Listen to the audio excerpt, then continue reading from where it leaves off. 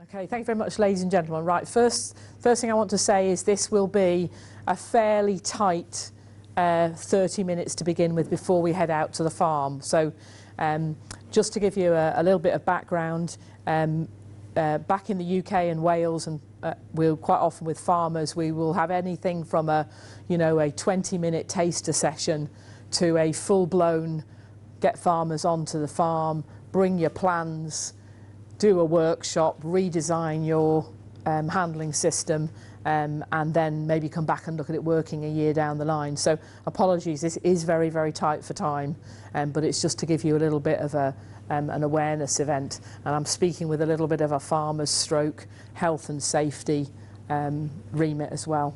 So let's just crack on first of all. Who are the active farmers here?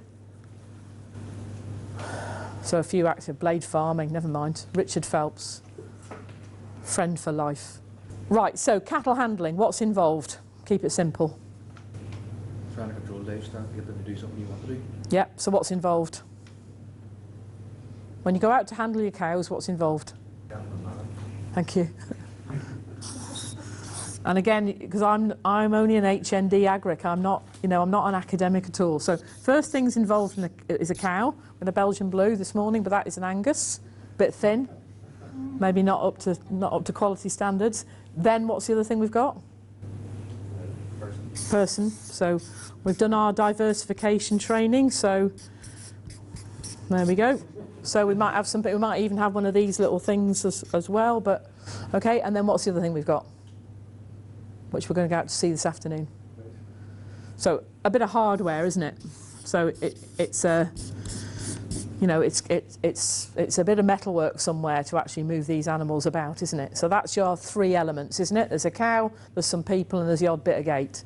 Okay, so how often does it go perfectly well? 1 out of 10 times, 10 out of 10 times? 8 or 9, well done. And what do you think the average farmer will tell you how often it goes well? Probably about 5 or 6 times out of 10. And when I say go well, I mean that every animal moves in the right direction. Nothing turns. Nothing tries to get out. Nothing turns. Everything goes in the right direction. Nothing stops. Okay? Because what we're trying to do is get these three things to work together when it comes to handling in the middle there. Okay? So my abattoir background says if we're trying to keep a line going, is that we need to get every animal going forward at a rate of knots, don't we? So we have to be very, very efficient. Livestock markets would be the same. Okay, so it's about getting those three elements right. So we're going to do a little bit on this. I'll try if I've got a minute to do that, and then we'll go back and look at the hardware. And then when you've got issues on farm, is it a cow issue, is it a person issue, or is it a hardware issue? What can we do? So the first thing we're going to do is look at this beast here. How much do you think the major retailers spend studying our behaviour? Roughly. Do you think they spend a lot or a little or not very much? An awful lot. Why do they do it?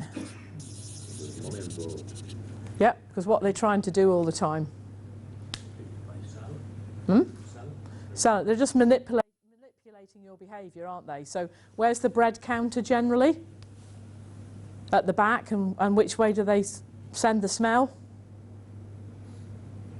To the front, yeah. And you walk in there, and you have to go right to the back also to get your milk. Usually, you're going past the bread counter, and the majority of people are going to pick some bread up at the same time. And only 15% of people go into a supermarket and come out with their original intended purchase. So 85% of the time, we're all buying more than we anticipated. Imagine if the people we sell our livestock to paid a little bit more every time just because they wanted to, or the other way around. So, so this understanding a little bit about cow behaviour is important for that manipulation process. Okay, and I'm not trying to teach my grandmother to suck eggs, but we're going to just do a little bit of what makes cows tick slightly. Okay, so. Who's got the children here? Okay, so we're going to go home this evening and your kids are in the house and the house is on fire, what do you do? Get them out. Get them out. Is that a safe thing to do? Probably not. Okay? But what's telling you to get your kids out? Instinct. Yep. So what we do under certain circumstances might well be driven by instinct. So we do have a lot of hardwired instincts that tell us to do things, sometimes which outwardly are maybe not very safe, are they? Okay? So our cows, the same thing. The centre of your brain is driven on instinct. Okay? So that's quite important. So things like, you know, things falling over or jockeys falling off, instinctively you tend to put your arm out to try and save yourself, and you have to be taught to do something different. So why is handling different for cattle, do you think? Instinctively, if I'm a prey species, a herbivore, being taken by somebody through a system, what's my instinctive response? Run away. Run away. It's actually flight, isn't it? What's the other one? Fight. And what's the final one?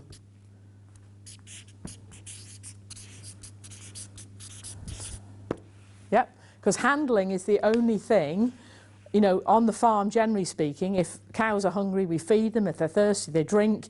If they're going to give birth to a calf, they look after their calf. So we, as farmers, work generally with the animal's instincts all the time, don't we? But we're working with them.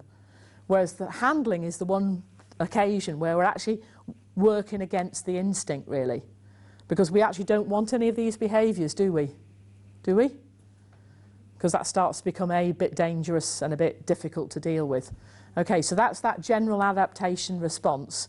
If I feel that instinctively, if I feel under threat and I'm being driven and taken somewhere, is to fight, flight or freeze. Now, generally speaking, you're more likely to see a flight or a fight, okay, a freeze, and I don't know if anybody's seen it on the farm where an animal sticks all 4 feet in the ground and will not move. You might see one at the market occasionally, probably, and the slaughterhouse particularly, but it also could be related to what we call tantrum behaviour in animals as well.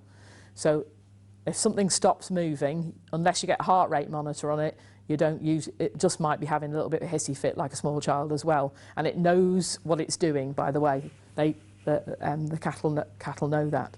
So that's just one of your instinctive behaviours. We'll talk about some of the other ones a bit as we go through the day. So that's the first bit, is we're going to do things based on our instinct. Under any circumstances, we do it, cows do it. You know, if there's a cow and a calf out in the field and you come at dear old mother with a set of pliers and a yellow tag, what's her instinct? And the mother's, if the doctor attacked your child with a yellow tag and a pair of pliers when it's only about 48 hours old, what's your instinctive response? Protect them. Absolutely. You sort of trust the doctor as well, don't you? But even then you're going to go, whoa. It's like when paediatricians come along, we want to take a little bit of blood, madam. And they come along with a syringe about this big and they're taking the 10 mils of blood out of your tiny bambino, and very quickly your heart rate goes up and think, shit, don't you do that. Okay? So, you know, it's the same thing when you stand back and look at it, the cows are not behaving, they're just heading back to that, aren't they? So what happens then, we've got the instincts as the core behaviours, and then what happens on top of that then? So yeah, we've got senses, we've got eyes, ears and nose here, so we'll come to them in a bit later. Okay, so you're going to use your senses in any environment. And then what's the other thing? Why are dairy cows easy to handle? Habit. Habit, so they've been able to do what? Is it habit? What are the cattle able to do so that they become easier to handle?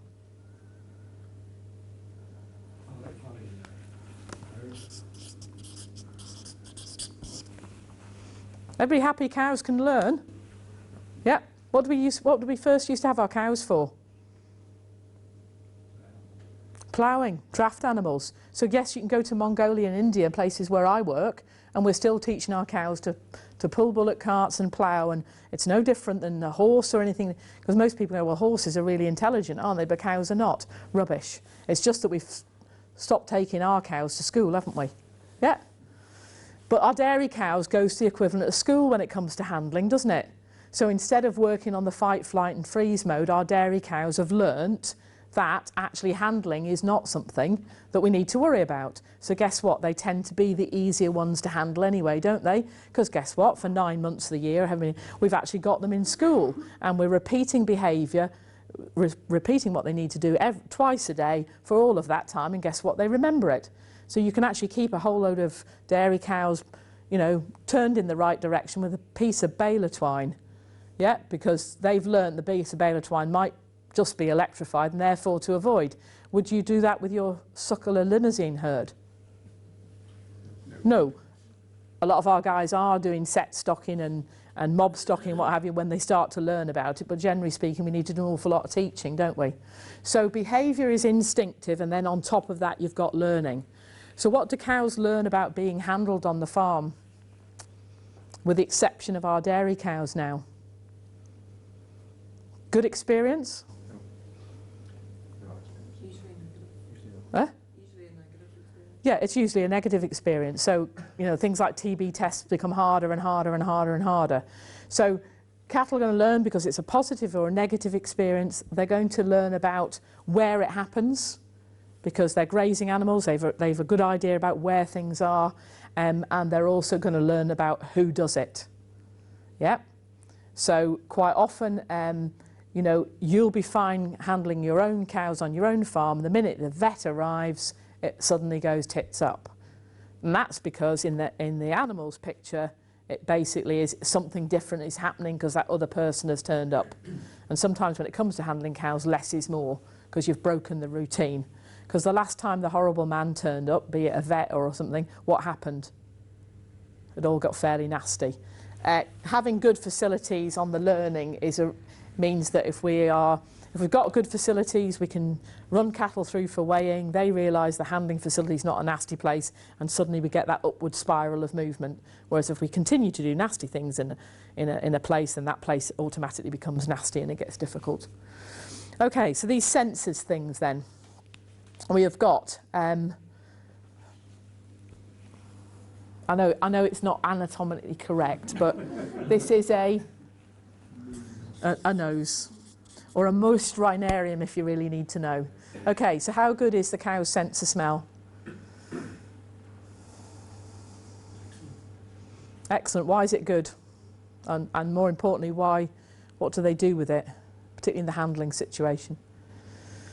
So why do we have to have a good sense of smell? To find food. So, you know, you've got to spend 6 to 8 hours a day grazing as a herbivore to survive, so your sense of smell tends to be very good. And what else do we use our sense of smell for? What can cows do?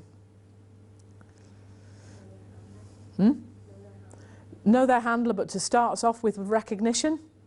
So cow-calf recognition on smell-based, and also recognition of other members of the herd. So cows can recognise about 20 to 30 other individuals blindfold, okay, just on smell alone. So if you're going to go out for the evening and you've come back and you've got all dressed and you've got your aftershave on or your perfume, you walk up to your cows and quite often the first thing they do is go, "Who's that?" And then when you open your mouth and they go, "It's him." Yeah, but to begin with on smell alone, they go, "I don't know who you are." Okay, because that's that ability to recognise the smell. Unless you spend a long time with your cows when you're dressed up to go out, but moving swiftly on. Okay, so a very good sense of smell. Okay, and about recognition. Okay, ears. How good's the hearing?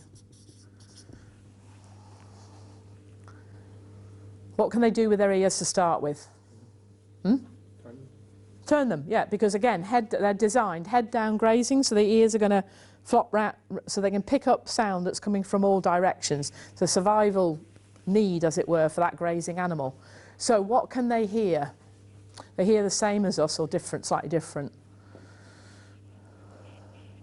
Different range. Yeah, different range because of the size of the head. So the bigger the head on the animal, the lower frequency it can hear. It's the same as violins and double basses. Okay, so you've got a bigger sound box. So your elephants can hear very low end frequencies, your mice very high end frequencies, way off the range that we can hear. And cows got a head that's bigger than ours, so they can hear much more low end frequency. Okay, but they also have a little trigger point. So we have a trigger point, the sound of a baby's cry instinctively as a species. So if we put a howling child out down the corridor there, right, even the least maternal of us after about 15 minutes would probably go, somebody needs to deal with that, wouldn't we? That's why we don't like sitting next to young children on the plane. Yeah, and they actually use that as torture in Guantanamo Bay. Yep, so the sound of a baby in distress. And that's because it's the pitch and frequency then is part of the alarm.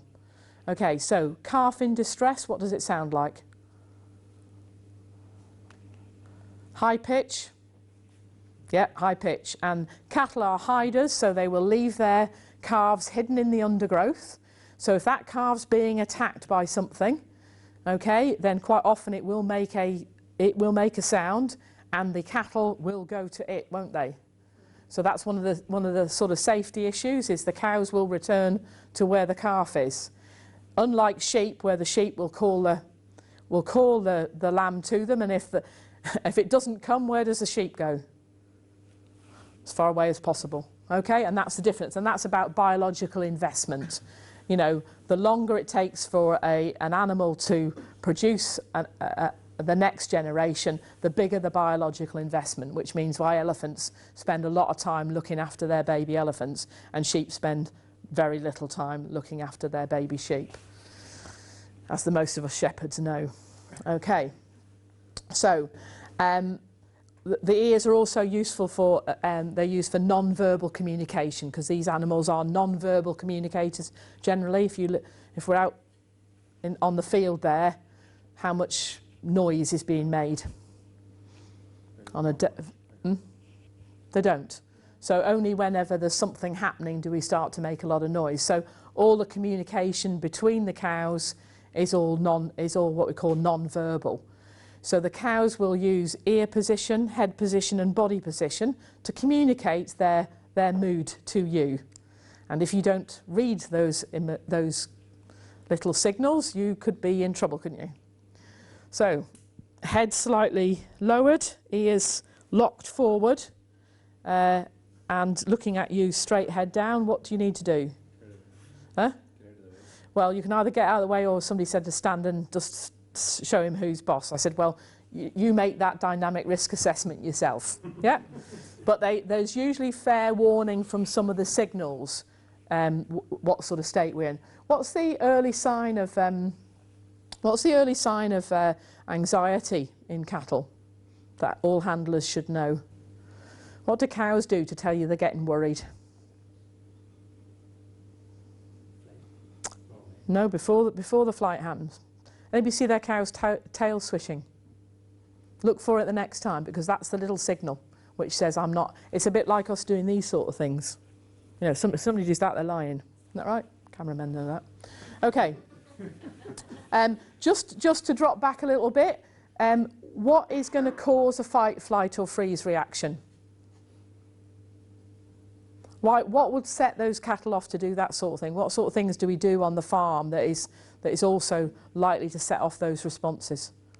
So what will cause a fear state in animals?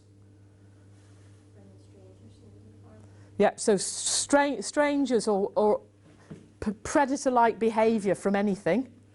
Okay, what else? Herd animals. Separation, isolation. Confinement, restraint, because we're getting killed. Okay, they have an instinctive fear of falling as well, because when you're down on the ground, what's going to happen to you? Yeah, you're going to get trampled or you're going to get killed. So just look at what we do when we handle. You know, bad floors, being confined, being restrained, perhaps even being isolated. And those are things that can set up that fear response. Okay? So, eyes then. How do cows see things?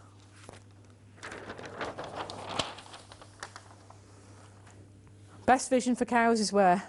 Take a punt. The side?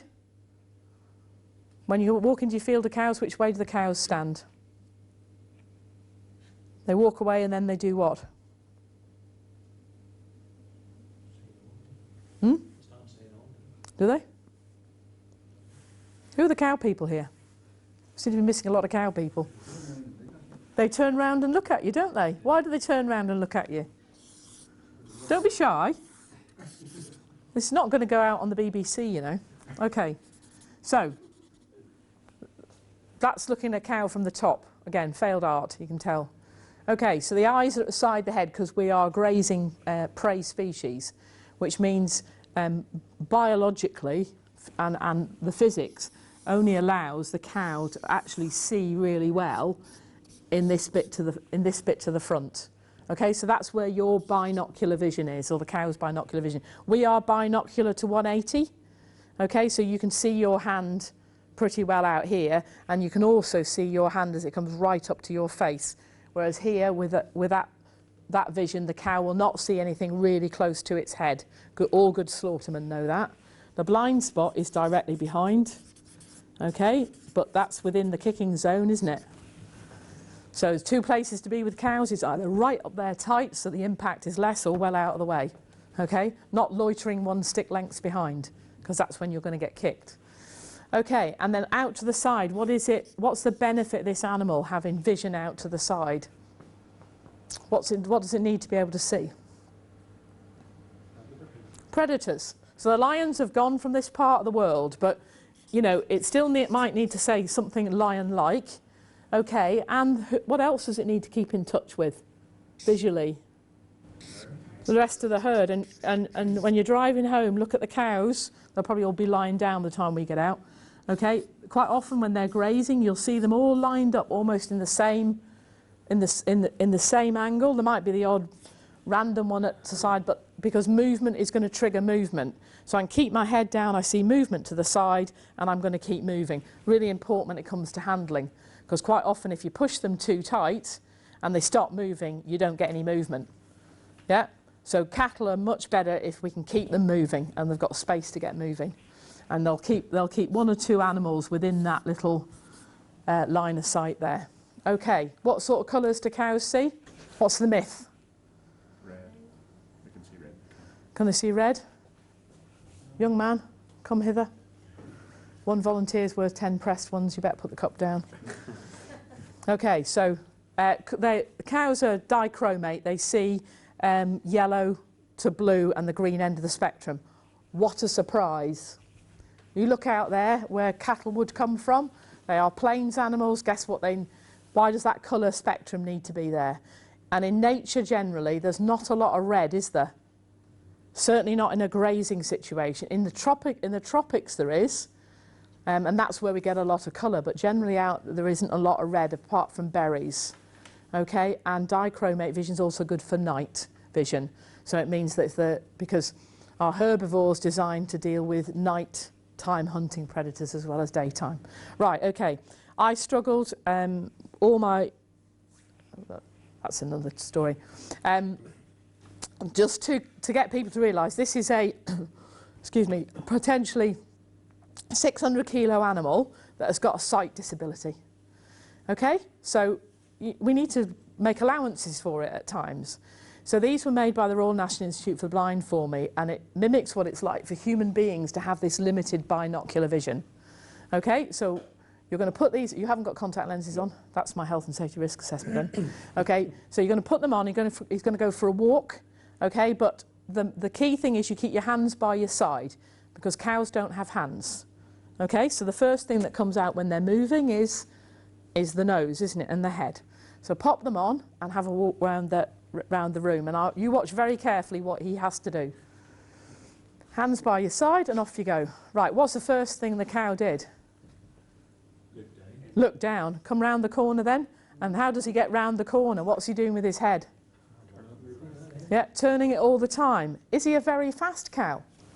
No offence, but he's not moving terribly fast, is he? Now, once he gets to know the floor a little bit, he'd probably start to move a little bit faster because he's comfortable. But come back towards me, and he has to look up to see where I am, okay? And he's still quite slow, but every time he comes to a corner And cows are not great at going round corners, because actually out in the field there's not a lot of corners to worry about. Corners are things that man makes, isn't it?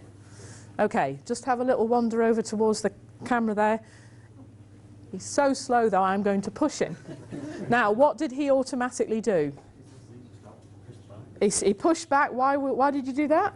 I can't see it. Yeah, and what do you feel was going to happen? Fall over. Fall over? So you see where the behaviour's matching the... Now we've lost... We'll try and do it outside, but the other thing that is affected quite a lot, this might not work because I need a blank wall essentially, and taken. Just walk towards that door and tell me when you've got there. No, because what you need is a blank wall, because a blank wall is difficult to work out. He was able to sort it out, but if you've got a blank concrete wall, it's very difficult to work out exactly where you were, wasn't it? And so generally it's about 0.75 of a metre that these animals will not move towards. Okay, so that's why it's difficult to get them round corners sometimes. Okay, so if you want to hand the glasses around, I'm looking at 10 minutes. Okay, so that is... Any daft questions at the moment on that one? Which way would cows prefer to go? Left-handed or right-handed? So you've got a race out there in the market going anti-clockwise. Cows move around it quite well? No. Farm experience. Which way your cows prefer to go? Anti-clockwise or clockwise?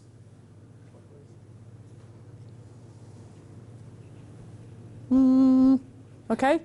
Again, just to, you know, knowledge is a great thing. It doesn't all happen, you know, we're continually learning about things.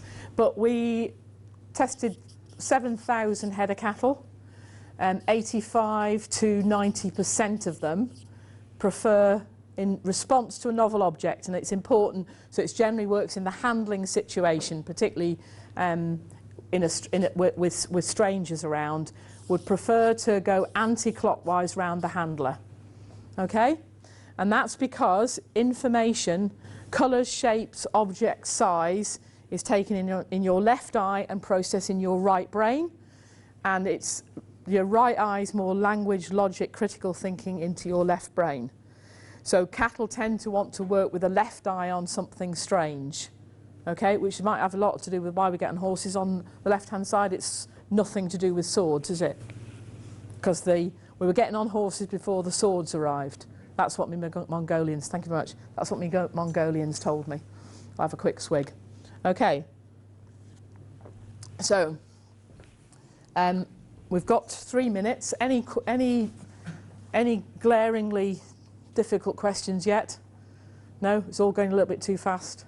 Okay, so that's a tiny bit on our cow behaviour. By the way, we'll talk a little bit more when we get out onto the yard about dominance and grouping and things like that. But let's look at what happens when we